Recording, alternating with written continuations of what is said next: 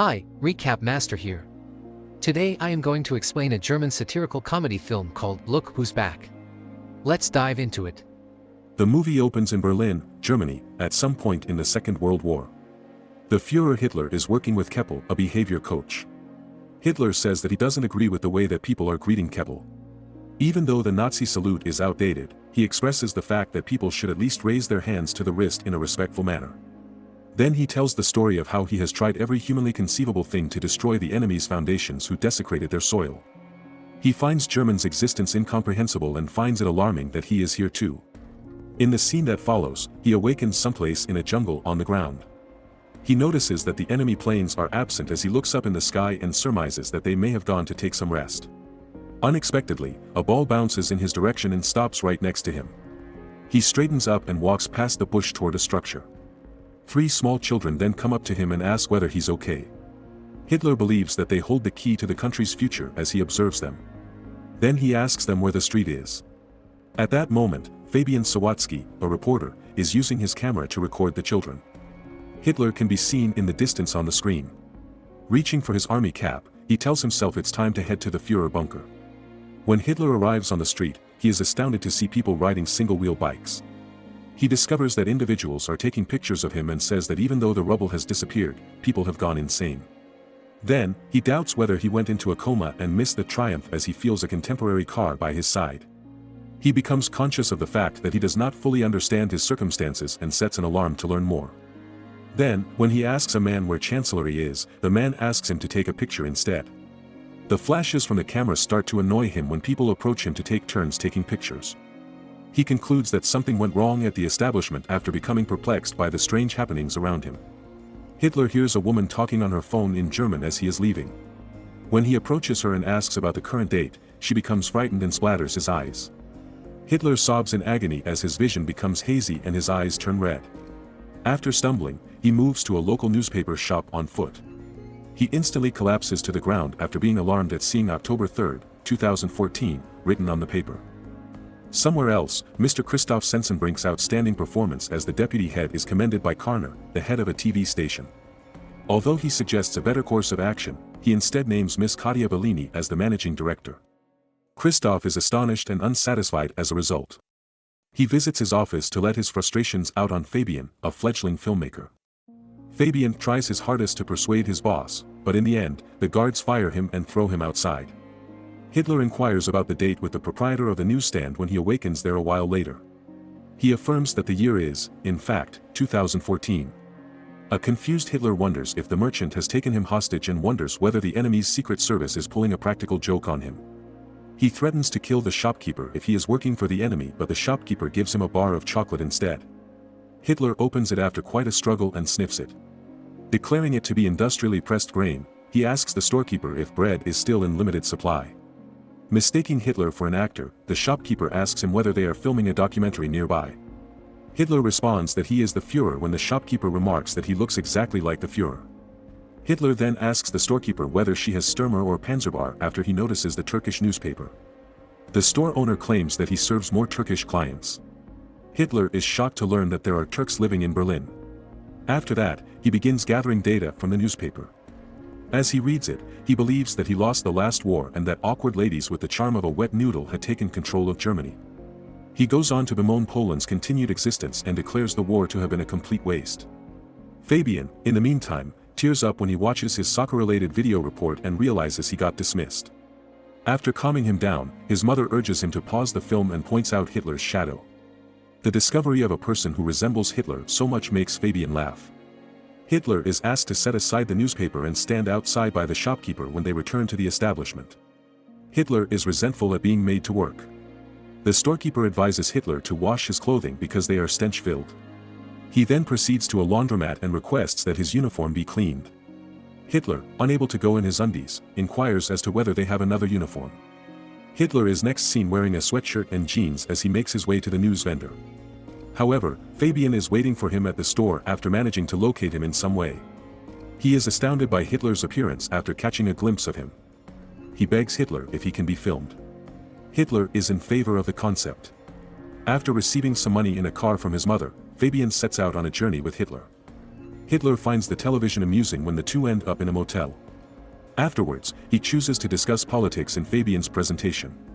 He visits various locations and inquires about people's political opinions. Following the interviews, he discovers that the people's exposure to democracy was little while he was away. He observes people's repressed rage and discontent, which makes him think of the 1930s, when people had similar opinions but didn't have a phrase for it: political disenchantment. Hitler is informed by people about the issue of immigration in the nation, which leads him to promote the notion that mixing races is ineffective. Later, Fabian queries Hitler about the origin of his distinctive mustache. In response, Hitler says he chopped off his mustache to make room for a gas mask. Hitler is bitten by a dog on a farm where the two eventually end up. He fires at the animal out of wrath. Fabian grabs the gun and reprimands him. Eventually, as the tour continues, Fabian runs out of money. However, he devises a scheme and persuades the passers to have Hitler draw their sketches. People find Hitler's sarcastic drawings humorous and pay him for them. When they have enough money, they proceed with their journey. Back in town, Fabian shows a clip of Hitler to Christoph. The video has a lot of views as Fabian had uploaded it on the internet. Christoph is impressed by the large number of views in the video. He approaches Fabian to get Hitler's name and phone number. Following their conversation, Christoph requests Fabian to remove Hitler from the office because he believes the man to be insane. Hitler stops by the director's office before departing, asking her to help him preserve Germany. Bellini questions him about the scheme, intrigued by the concept. She promptly requests that her assistant create a suitable TV format so that the Führer can be broadcasted on hearing to Hitler's proposal. Subsequently, Fabian intimidates Christoph, threatening to take away Hitler unless he is given his job back. Upon learning this, Christoph assigns him to kitchen duties while pledging to elevate him to an editorial position once one becomes available. Hitler receives a table in the TV studio after a while. Christoph asks Kromier to assist Hitler in using the computer. Hitler says that computers are one of the best inventions ever, remembering the ones he used to have. Hitler tries to register for mail service, but Kromier tells him that his name is already taken. Hitler encourages her to use New Reichschancellery because he likes it and sulks at others who are using his name without permission. Christoph plans to put Hitler on a live comedy show called Whoa Dude. He still harbors resentment for Bellini for beating him to a promotion, and he plans to cause her problems. With mocking remarks about Jews, he hopes to introduce racism into the discussion and remove Hitler. As soon as the program begins, host Witzigmann asks Hitler to come on stage. The hall falls silent as Hitler looks around, despite the audience chatting among themselves about his appearance. Hitler breaks the quiet immediately, but he doesn't read the lines exactly as they are written. He clarifies that although he is supposed to make a joke about immigrants, he is not going to do so. He claims that although television is a fantastic human innovation, the shows that are shown on it are absurd. He clarifies issues such as unemployment and poverty and predicts that the nation's citizens are blindly falling into an abyss. Hitler makes the promise to battle the TV not just until the abyss is aired, but also until he defeats them. Everyone applauds him and says they like the idea. When the host Witzigmann notices Hitler's popularity, he becomes jealous. Bellini requests that Christoph broadcast Hitler during each episode. Christoph is distressed because of the failure of his plan. Hitler is shown in the next scene speaking on various TV programs and stating that his goal is to restore Germany to its former glory. As he meets more people and party officials, his popularity soars. He begins by enticing them all with his ideas. Hitler and Fabian pay a visit to the NPD headquarters in Berlin one day. He makes a call to Ulf Bern, the NPD's federal chairman, and inquires about the progress made by his cause. Hitler criticizes him, claiming that they have wasted too much time, and the movement is taken aback by decades due to their words. When the police and the district attorney, DA, show up at the TV studio, Christoph is thrilled and excited. They clarify that the reason for their visit is to investigate a possible hate legislation offense. Bellini queries what they should do next. Christoph quickly suggests that they might have to postpone the Führer event. According to the DA, the transmission can continue. Bellini exhales with relief while Christoph pretends to smile. Following the DA's departure, Kromier gives Christoph a note outlining the payment for the dog that Hitler had shot earlier in the trip. Happy to get the letter, Christoph thinks it might be a means of stirring up trouble.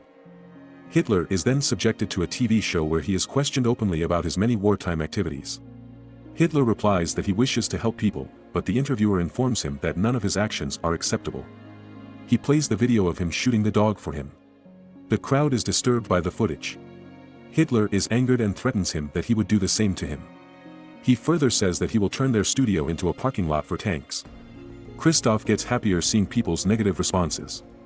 After the disastrous interview, Bellini is fired, and Christoph is appointed as the new manager. Following the appalling interview, Christoph is named the new manager and Bellini is sacked. Following that, Hitler moves in with Fabian in his home. He laughs at the route that fate has chosen and begins work on his second novel. The book is released shortly. 3 months later, the company's significant loss is reviewed in a meeting held in the TV studio with all attendees. Christoph thinks that Witzigmann's show would help them get back on track, but he gets word from one of the staff members that he has resigned. Christoph becomes agitated and furious with the chosen staff for the show's loss. Christoph is intrigued by a staff member's suggestion to bring Hitler back. He goes looking for Hitler once more and makes Fabian an offer. If they allow them to screen the film on their TV, he will invest $1 million in the movie that Hitler and Fabian are making. When Hitler and Fabian arrive to Kromier's home, Hitler is recognized by Kromier's grandmother. She says that Hitler killed everyone by gassing them. She yells for him to go and refers to him as a criminal. Hitler admits in the automobile that he is shocked to learn that Kromier is a Jew. He begins demeaning Jews by referring to them as less human. Fabian is let down by Hitler's deeds and remarks. Fabian gets Hitler to reenact how he arrived at the location once they are back on stage. Hitler is asked what transpired prior to the ball rolling toward him in the woods, but he is unable to recall. He exits the scene later that evening and is accosted by some goons. They call him the reason to take Germany back and give him a hard blow on his face. As Hitler opens his eyes, he finds himself in a hospital in front of Bellini. Simultaneously, Fabian reviews the video he recorded concerning the guys and soccer. Upon closer inspection, he discovers that Hitler has stood up from his lying position. Fabian is astounded by what came before it. He heads over there as soon as possible and notices a sign there that reads, Führer Bunker. Historical location. Hitler is nowhere to be seen when Fabian dashes to the hospital. Bellini claims he is on his way to the filming location. Fabian reveals that he is the real Adolf Hitler, but Bellini does not believe him. Fabian attempts to defend his theory while acting irrational. He escapes as the guards attempt to apprehend him. When Fabian arrives at the set, he points a gun at Hitler. Regarding his identity, Hitler clarifies that he never professed to be someone else. Hitler responds to Fabian's accusation that he is deceiving people with his propaganda by saying that in 1933, the people chose a leader who publicly communicated his entire philosophy. Using his revolver, Fabian leads Hitler to the top of a skyscraper. He declares Hitler to be a monster after cornering him. Hitler claps back, claiming that common people chose an outstanding guy and gave him the reins of power for the nation. He clarifies that the reason people choose him is that they share his fundamental principles. Hitler is shot by an infuriated Fabian, sending him flying off the building and into the street. Hitler's voice soon reaches Fabian, declaring that no German can get rid of him. And Hitler, who was just thrown down, appears right behind it again. At that moment, Bellini requests a cut in the studio, and everyone applauds the shooting. It turns out that the actor playing Fabian was only an extra on a movie set. Hitler then requests that everyone think of their other comrades who were unable to join them. Kromier is crying someplace else as she watches Fabian through a hole in the mental health unit. Following the film's success, Hitler and Bellini are occupied signing autographs and doing interviews. The folks on the street greet Hitler respectfully and appear to like him as they drive past a car. Subscribe for more videos like this. Turn on notifications and leave a like to help the channel out. Thank you for watching.